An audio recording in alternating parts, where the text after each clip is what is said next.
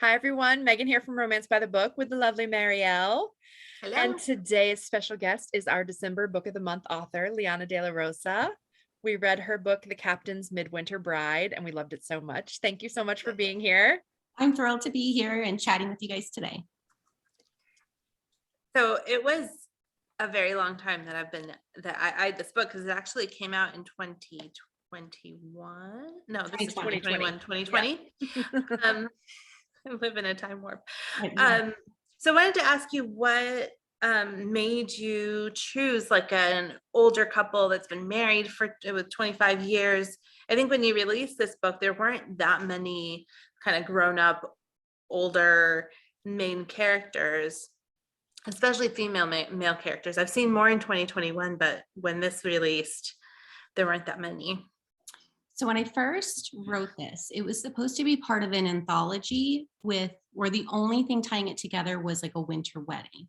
So when I was fiddling around with ideas, I don't know, I just knew immediately that the wedding wasn't going to be theirs, like the main couples. They just kind of came fully formed to me. Like I knew with novellas, this is the first novella I ever written. So you have to really condense the story, right? You want your hero and heroine or your main protagonist to already know each other so that you can kind of speed up the story. And so it just made sense to me that they would already have this like long standing relationship. And what could I do with a couple who were already in this relationship? And it just kind of came to me that they were already married, but they like weren't married, you know, like on paper they had children together, they had shared like deep intimacies with each other, but not emotional intimacies. And it just kind of came to me, and it was really fun to write an older couple who just knew who they were and knew what they wanted and what they were about. And maybe it's something about my age now. And I've been with my husband, oh my gosh, we're going on 20 years together, where we just are in that phase of our relationship where we just know each other. We know, like we can finish each other's sentences, but we still have fun together. And I was like, I kind of want to write a couple like that because, you know, first meetings are fun, right? That like first blush of romance is like really exciting. But like what happens after? And like how do a couple kind of mature with each other and grow? And obviously for the sake of the story, I needed them to like experience it anew with all this history with each other. So obviously I didn't end up taking part in an anthology and I pulled out. And when I was rereading the novella, I was like, do I really want to do this? Is anyone going to care about like this older couple that are married, have children? I was like, well, that's like kind of the fun about indie, that you can kind of just be like, well, let's see what happens. And that's what I did. That's kind of how it came about. Nice. I think that kind of leads into my question about the type of couple that Phillip and Annalise are and how their dynamic is so different than a couple who's actually been living together for 25 years versus their situation. And so or like an enemies to lovers, because sometimes you get people who know each other before, but it was like there was a misunderstanding or something terrible like tore them apart. And in this case, it was really unique, I thought. Just the distance of his job and everything like that. And so I was curious how you decided to approach that when they, like you said, have been intimate in some ways, but in other ways, like hardly know each other. I wish I could say I remember, because obviously this has come out, you know, right before. I wish I could say what exactly was going through my mind. I just liked the thought of these two people like switching up the dynamic of a marriage of convenience, because they did marry out of convenience. And then life happened and you kind of just roll with it. And they both matured in ways that obviously we do as we get older. And I like the thought of now that they had no choice but to like live with each other after he retired. And how does that change a marriage of convenience where they both did their duty, right? Initially, you know, she was his wife and she gave him children and he provided for them even though there was obviously like a mess. Yeah. That in the novella. Yeah. But they each did their part. And now technically they're done. Their kids are grown. And so how do you then approach the rest of your life together? And right. that's They're why still relatively young and their kids are going to be gone and they're like, you know, what do we do staring now? at each other like, what do we do? Yeah. And I just was like, how would these two people navigate a life like that? And how would it feel? I am not a military spouse, but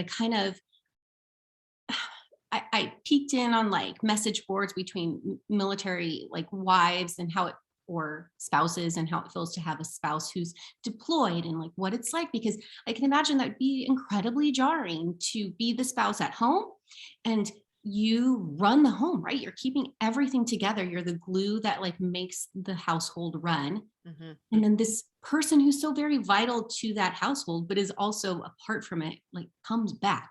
Like, how does that work for both people?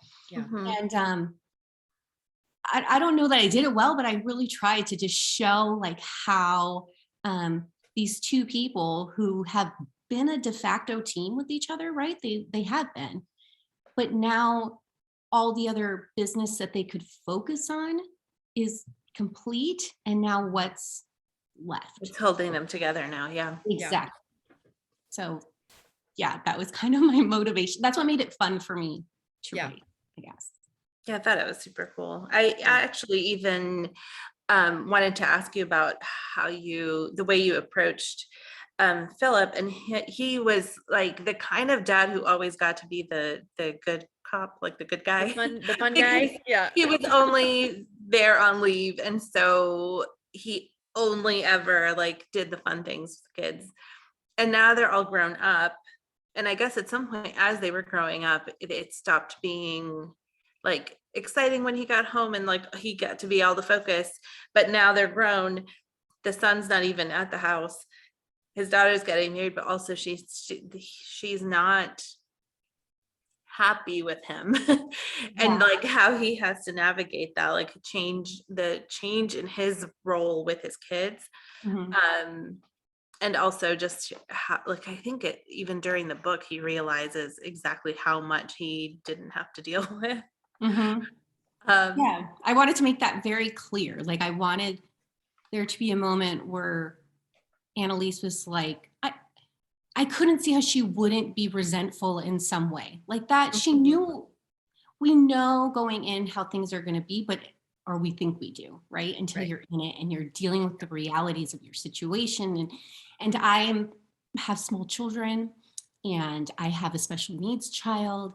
And so being a mom is really hard. And I have a spouse who's incredibly supportive and hands-on. And like, I was thinking if I didn't, say he was gone and I was running the ship, how would I feel if when he came back and he just got to do the fun stuff with them? And not that you want to take that away from your children. Like you want them to like enjoy their time with their missing, their absent parent when they come back. So I feel like there would have been all these complex emotions that she has always bottled up.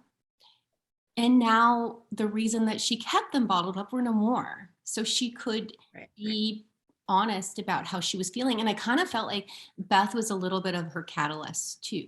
So Beth, the daughter, how she felt resentful for her dad for not being there. I think Annalise understood that. She got it. So Beth could be very vocal about how she felt and Annalise couldn't or chose not to or whatever. I think she was able to kind of work out her own resentment or how she felt about it through her daughter, how she handled it. And Philip, I mean, I just kind of felt like here's this man who's been in charge, right? So he's ran the ship and everyone's answered to him and, what he says goes, and he returns and he's literally a fish out of water. And instead of, these greenhorns listening to him and doing what he says, he has this sassy mouth daughter. Early daughter, yeah. Who's like talking back to him. And he has a wife who's like lived her own life and is like, doesn't check in with him when she's going to do stuff and doesn't need him to solve problems because he has never been there to do it before. So they're all self-reliant. And how do you fit that family member back in? Because yeah, he's a puzzle piece, but does that piece fit anymore? Like, can you still see the picture without him? Yeah. And just, I know there wasn't like a lot of like outside conflict. There was some, but there wasn't a lot. And that was a big concern I had when I was getting ready to publish it. Cause I'm like, people are gonna be so bored by this because the majority of the conflict is all just them figuring out life together. And that was really interesting to me, but it felt really relatable to me, like that bit with the kids, and also just the way that I think he would have wanted to be a good husband. And he tried, like in the capacity that he had, it felt like he tried to be a good husband. But then he comes back and starts to see all the ways that he wasn't there for her. How did you, like,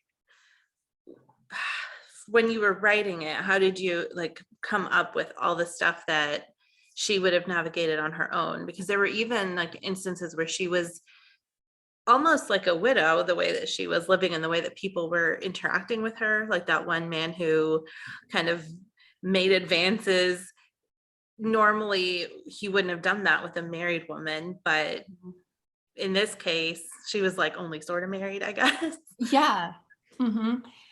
I guess I looked at it when he came back, he probably didn't care about going and visiting with the neighbors, right? He wanted to be with his children and wanted to spend time with them. So I guess I was, again, how would I feel, or how would someone else feel coming into a situation like that? And that part of it, I drew heavily on my husband, who's like one of the friendliest people. When he wants to be, if he's like not wanting to be social, he's not social, he will not go. And I'm like, that's probably how Phillip would be. Phillip would be like, yeah, if I have to go to the party, I will be very friendly and I will interact and whatnot. But if I don't have to, I'm not. And Annalise, I don't feel like she had a choice. That was her life, was in Bristol, and she had children who interacted. She had to create a network that she could depend upon because she didn't have him. Because she was a single parent, like the majority of the time. And so, and I just figured she was like more friendly and outgoing, and she was a part of the community, even if it was, everyone knew that her husband was gone, because obviously she still was cared for, right? Like she still could put food on the table and her children were dry, but she was a part of the community and he was not. And no, by no fault of his own, but it is what it is. And that's like kind of like the thought that Beth was, that's why I made him, her fiance, Silas, a politician, because I felt like here's someone who's directly like involved in the community and what happens, and here's this person who is not, who doesn't, and he has no like real power in that community. And because he didn't really have any power in that community because he wasn't really a part of it, maybe that's why, I don't even remember his name now, Mr. Tompkins felt like he could, proposition Beth, because he wasn't there. He was very absent. So I hope that answered your question. Yeah, it did. Thank you. I found it really, I thought that was really believable, all the ways where she had to, and it was like little by little that Phillip started figuring out all the things that she dealt with, that he didn't even, it seemed like he had not even considered that might be a thing. I think that probably she too it's not like she had like a ledger when he got home, right? And she's like, look at all the stuff I did when you were gone, and like, let me vent to you. Because in many ways they were still friendly strangers, essentially. They like lived together, but I don't see her as having a chance or feeling comfortable enough to be like, oh, hey, by the way, this and this and this happened, because she didn't have a reason to tell him those things. And I think for her, it was probably important that when he was there, that he was loving on their children. Like, that's like a huge deal. Oh, and he can't stay. So I think for some people, the thought, and it felt to me like Annalise was very much like, just, well, what's the point in making, like, upsetting him or making him worry or whatever, because he can't stay anyway. So Yeah. I think she very much did her job and tried to, because even the whole, like, we weren't, sometimes I didn't eat so that my kids could have what they needed. Like, he was like, what are you talking about? It's been, I mean, so long, so much time has passed, and he was never aware, because I'm assuming she didn't want to like worry him or bother him with things, and he just assumed everything was fine. Or like communication wasn't reliable. So by the time she did even write him, and he was, I don't know, somewhere near the coast of Africa or something, like, he might not even got communication. So I think that she was just used to handling things. I think that, you just do what you got to do to make things work and make sure that your children are healthy and taken care of. Yeah, well, and at the beginning of this story, and even throughout, like, they both are trying to figure out what they're going to do next, but there's a lot of, like, he's thinking, well, this was a marriage of convenience, so maybe she just wants to like do her own thing, since she's been doing her own thing, and she has a completely different point of view. Like, I mean, she's thinking more along the lines of like, okay, well, here's an opportunity for a new start, and how are we going to handle that? How are we going to deal with this? I think when the book starts, he's only been home for 2 weeks, so they haven't really settled in together yet. And especially because they're distracted by Beth getting married, and the wedding, other stuff going on, and getting ready for the holiday season. I could imagine that it just kind of came back into a whirlwind. And I like the thought. I could see, because Beth is already settled, right? Like, not Beth, Annalise is already settled. She has this life, and she's just like, okay, he's coming back. How can he fit into this life? But he's used to being on his own. He's used to not like encroaching on her or seeing her in certain times. So for him, it's like, well, do I even have a spot here? Is there room for me here? Because you've gone on just fine without me. So maybe it's easier for all of us if I just go somewhere else, if I go to the Welsh estate, because is it worth it for me to try to find a place in your life if everything's already complete the way you want it? Well, especially when he gets home and his daughter is like, because there's sometimes like she walks in and she's just like not even taught, like she ignores him sometimes and is snarky sometimes, and is, so I'm sure that he was just kind of like, oh, okay then. So speaking of Beth, obviously she does not marry her terrible fiance, which is great. And she obviously has feelings for her brother's best friend, which, as most people who watch these videos of ours know, that is my very top favorite trope ever. So I must know, Beth gets a story, right? We're gonna have a sequel, because I need to know what happened to Mr. Ramsgate. You get a sequel. It's called On a Midsummer Night. Yay. And it's going to be out this summer. I had hoped to release it this past summer, but then I had different publishing news and had to juggle all of that around. So yes, their novella is coming this coming summer. Yay! I'm sorry, go ahead. No, go ahead. I was just thinking that we had definitely had a conversation about the Daltons and how we needed more of them. So thanks. And as I told you guys previously, I had no plans on like doing a series for them. I had this novella that I hadn't done anything with, and I had a gap in my publishing schedule. I had a book get pushed back, and so I was looking at not having a release in 2020. And I remembered I had this novella. I was like, well, maybe I could do something with it. So I had never self-published before, and I was terrified to do it, especially for something. This felt, it's kind of low conflict, just a little more soft, and that was just the mood I was in when I wrote it. So I was not sure how it would go over with readers, but I was like, well, I might as well just try. And so I self-published it. And I have to tell you, I have received more emails over this little novella than I have all my other books combined. Oh, wow. And it was people asking overwhelmingly, does Beth get a story? And I was like, oh gosh, does she get a story? Because I hadn't planned on writing her story. It was just this little one-off novella.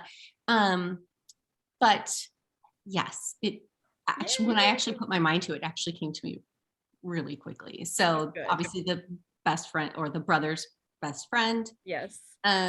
Second chance. What other?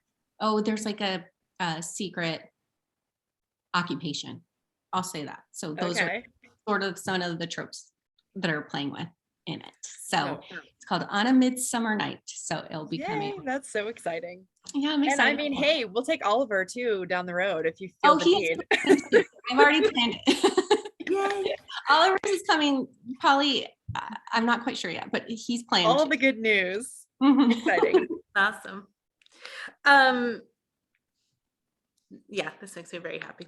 Also, I guess, what else do you have going on? Because these novellas, I guess, are going to be self-published projects, but you have traditionally published books also. I do. So, I have a series I finished with Entangled. It's late Regency. The fourth book in the series just released in June. It's called To Tempt a Scandalous Lord. It's currently on sale for 99 cents. Ooh. It is a marriage of convenience as well. A lot of political intrigue. I never go into a book expecting to write about politics, and I always do. It just love the politicians. Kind of. Yeah, I don't know why. I think it's because I was talking with a friend about this, and I think it's because my characters are always a little different, maybe marginalized in some way, and they're trying to change their world, right? They're trying to like better their lives. They're working towards some bigger goal. And if you're doing that, it's kind of hard not to bump up against the political apparatus at that time. So my next book is still untitled, but it's with Berkeley. And it's going to be coming out in 2023. It's a part of my new series called The Luna Sisters. And it's about 3 Mexican sisters who flee Mexico when the French invade in the 1860s. And they flee to London, where their uncle is an ambassador. And they are supposed to lay low and like not draw attention to themselves. And they do. Unlikely. Yeah, and they do anything but that. So the first book follows the eldest sister. Her name is Ana Maria, and her hero is a member of parliament because, of course, he's a politician. And his name is Gideon. And I just turned in that book to my editor at the beginning of this month. Yay. So I am waiting. Exciting. I'm waiting for my edits, and I'm excited for 2022 as we kind of take this book and hopefully make it so much better and have a cover. And I'm just really excited to write Latinx characters. It's something that I've always hoped I would get to do, something that I've wanted to do, but writing more diverse characters and diverse settings and historicals can be challenging. This is not the first series that I've written with like a different setting or different sort of marginalized characters that didn't get picked up. And I think I can lay the success of getting the Luna Sisters picked up by Berkeley probably heavily on the success of Bridgerton on Netflix, for which I'm very thankful.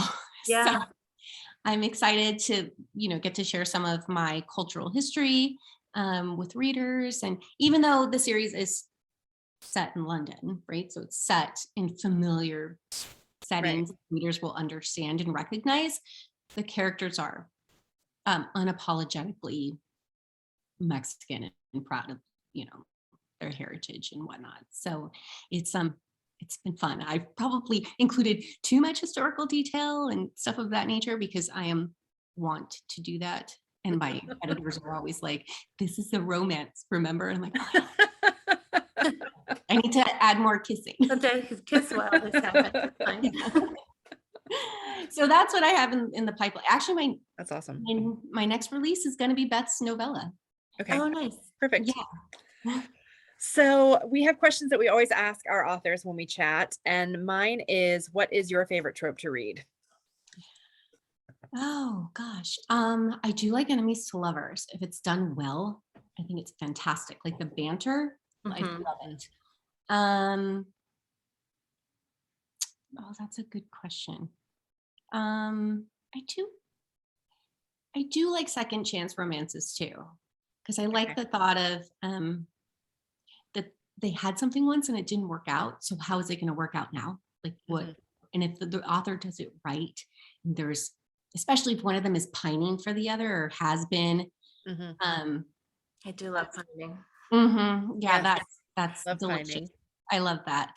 Unrequited. I'm trying to think. Oh, and I mean, fake dating or like a fake fiance for historicals. Those are fun too, because one of them is always going to catch the feels. So when are they going to catch the feels? Or maybe one of them has always had the feels and had to like hide it, and now they can't hide it anymore. So what are your feelings about educational kissing? Because that's one of Marielle's favorites. Especially like when you talk about fake dating, then I have to ask about educational kissing. Educational, especially obviously in historicals, right? Where kissing was like a big deal. So it's so fun, right? And how the hero like offers, just to show you, thinking he won't fall. Yeah. Of course not. Of course he's going to. I love that. Those are always fun. Yes. I think Lauren Heath wrote a book with that sort of, it was like the heroine, she wants to marry somebody who actually cares about her, and so she asks her like longtime friend, she shows up at his door, right? Something. And she's like, you need to teach me so that I know who like actually cares about me and who doesn't. And he's like, fine. He used to be upstanding, and now he's a rogue. And so he's just like, I will do this for you, but only because we're friends. Also, make sure that you do not fall in love.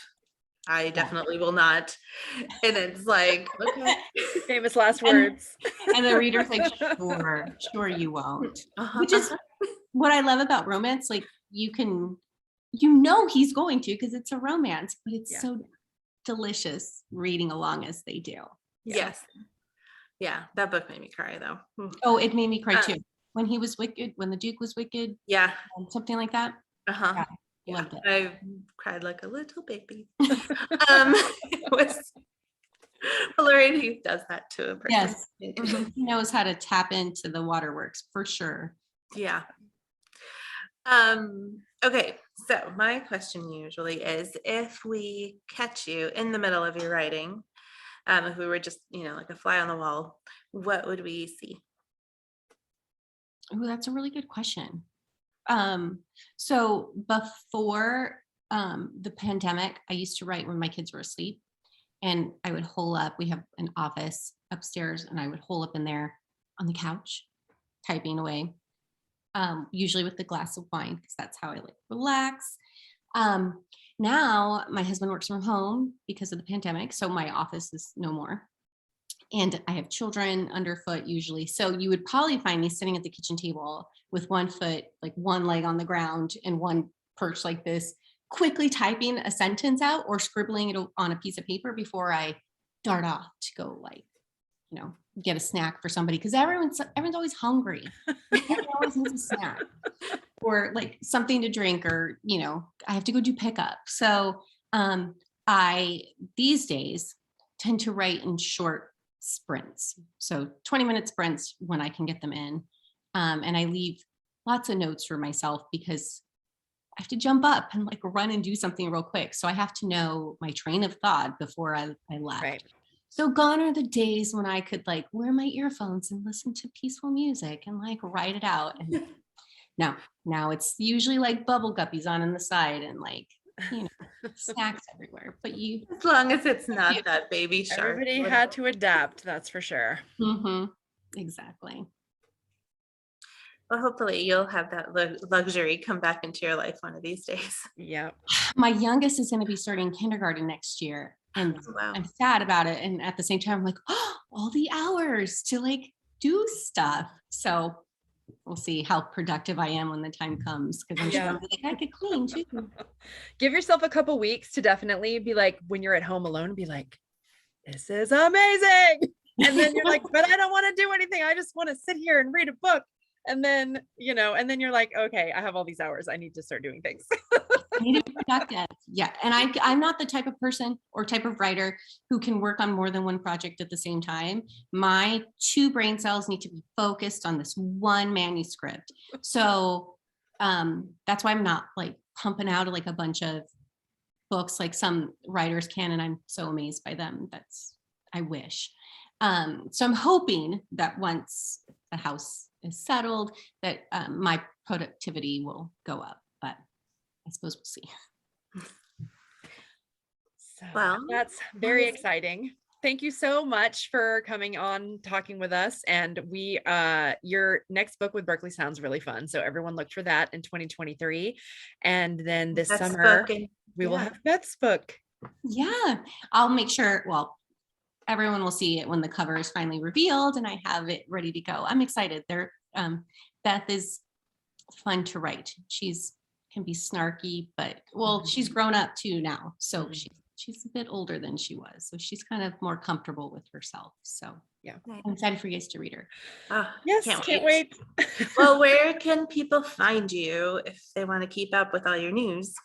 So they can find me at lianadelarosa.com. And I am on all the things. So Twitter, Facebook, Instagram, and even now TikTok, even though I'm not very good on TikTok. But I am at Liana in Bloom. Okay. So, and obviously I have a newsletter you can sign up for from my website. Nice. Okay. Excellent. And so when all of you are seeing this, will be the final Saturday of December, or no, I'm sorry, not this time. It will be the 18th of December, and Liana will be taking over our page. And so you can see her there, and she'll be chatting about what she's working on, I'm sure. Absolutely. Thank you so much. Thank you. It's been fun. Happy New Year, everyone. Bye. Bye.